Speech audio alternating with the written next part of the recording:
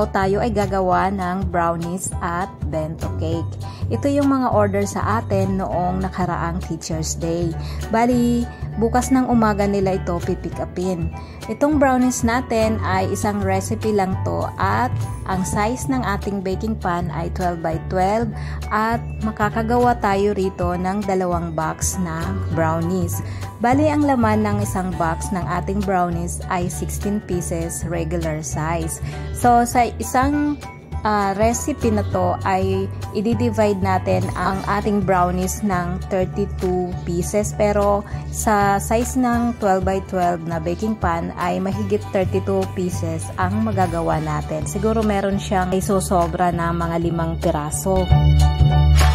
Naglagay lang po tayo dyan ng peanut sa ibabaw at ito namang isa ay nag-drizzle lang tayo ng white chocolate.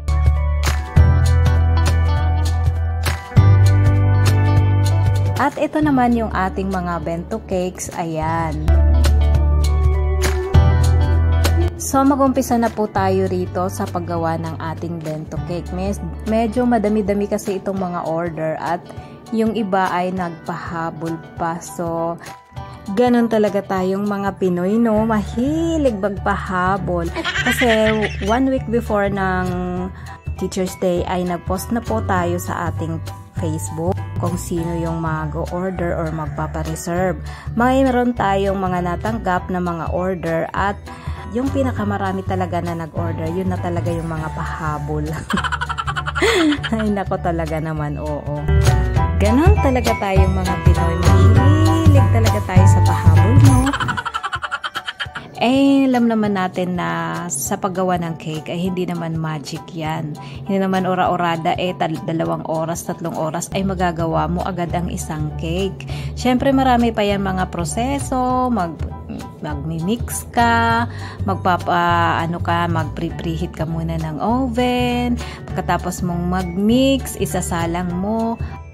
At pag naluto naman na, ay papalamigin mo pa yan siya ng mga 1 hour at ilalagay mo na naman siya sa chiller mo. Ganun yung proseso sa paggawa ng cake. Tapos pagka na-i-chiller mo naman, saka ka na maglalagay ng frosting or magka-crumb coat kagaya niyan. So hindi lang po ganun kadali ang gumawa ng cake. At eto na nga, isang maliit lang na cake na yan o ilang minuto na po ang ating nakain dyan. Kaya po sila nagpahabol kasi nakita daw nila yung una kong gawa na malaki daw. Kumpara daw doon sa mga nakikita nila. Kaya nainganyo sila na mag-order dahil unlock pala daw ng size ng bento cake natin. So ito kasi yung bento cake natin ay 4 by 2 size, bali 4 yung diameter niya at saka 2 inches yung taas niya. Sumusobra pa nga yan siya sa 2 inches yung taas niya. Dito kasi sa amin, mas gusto nila itong chiffon cake with custard filling.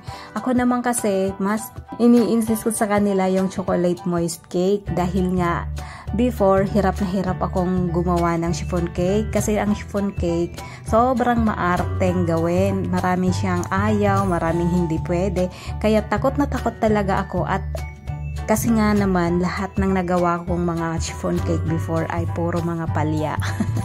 Kaya ngayon medyo natutunan na natin sa kaka-practice natin, nakuha na rin natin sa wakas. Kaya ngayon parang panatag na rin ang loob ko na gumawa ng mga ganitong cake na chiffon cake kesa sa chocolate moist. Kasi ang inaano ko sa chocolate moist, hindi siya masyadong maarte. Although, mahal nga lang kasi marami siyang ingredients kumpara dito sa chiffon cake.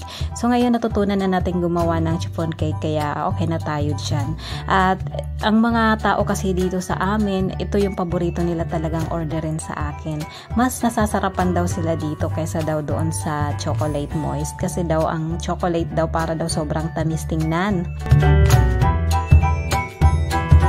Siguro simula nung nag-start akong magawa ng cake, ay nakakatatlo pa lang na chocolate moist cake ang nagawa natin. Opo, 3 cake lang po na choco moist ang na-order pa lang sa atin sa awa ni Lord. At eto na nga, naglalagay na nga tayo ng decoration sa ating bento cakes.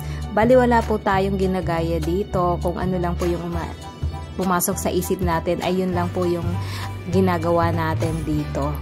Ayan. Napakasimple lang ang design na ito at wala namang kasing sinabi yung customer natin kung ano yung design. Basta bento cake lang talaga. So, sa lahat ng bento cake na gagawin natin ngayon, ay tayo lang talaga ang magde-decide kung anong design yung gagawin natin. Ang kagandahan dito ay puro pick up po ang ating mga order.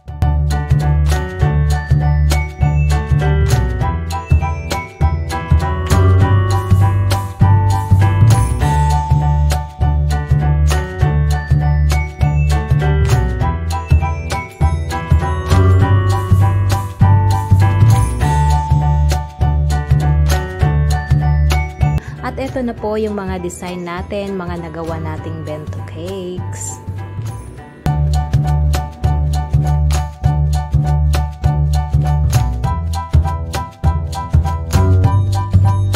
Ayan, talagang tuwang-tuwa sila nung nakita ang mga cakes na to. Talagang ang cute daw at ang laki pala daw ng bento cake natin. So hanggang dito na lamang, hanggang sa muli. Bye-bye, take care always. Bye!